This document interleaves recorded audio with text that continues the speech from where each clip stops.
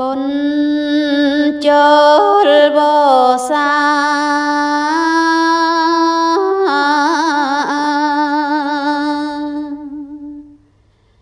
នា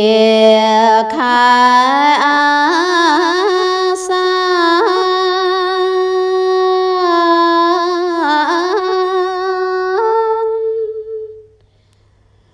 ទុំនាមក្បួនគណា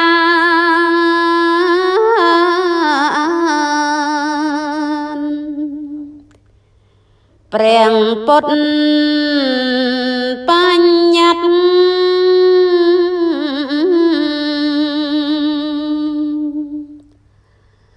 ដល់ភិក្ខុសង្ឃ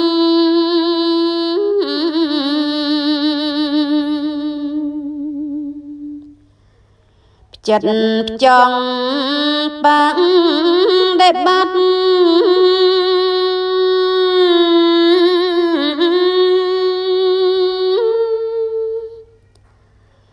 ឲ្យបានមិនចាប់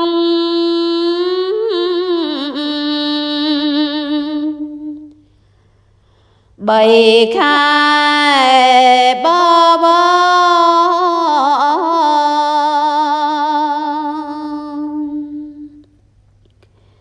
ក្នុងព្រះវិន័យ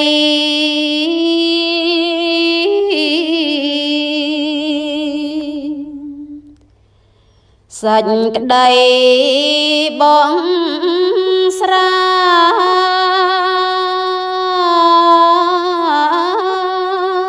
យភិក្ខុទាំង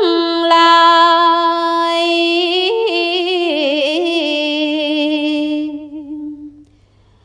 គិតគូត្រាច់ចោ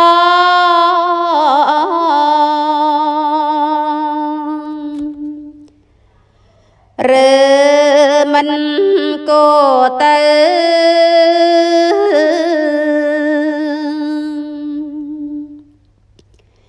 ទីណាមិនល្អ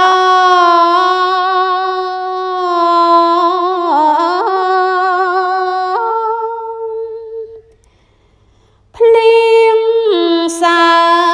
មជ័យវ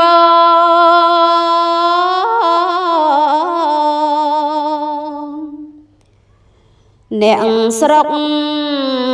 ពលស្ដី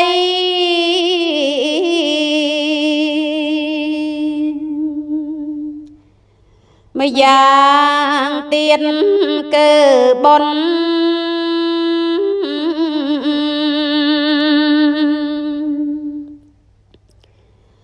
អាសាទបជា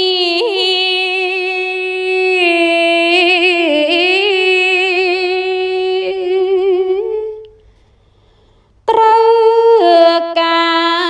លវេលា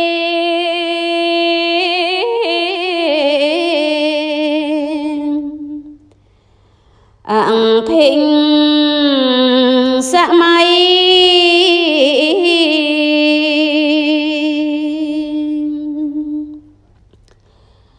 ប្រារព្ធនៅចំ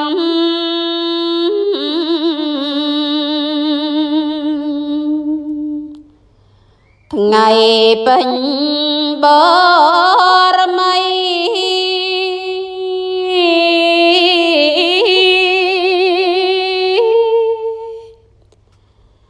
ដើម្បីរំលឹក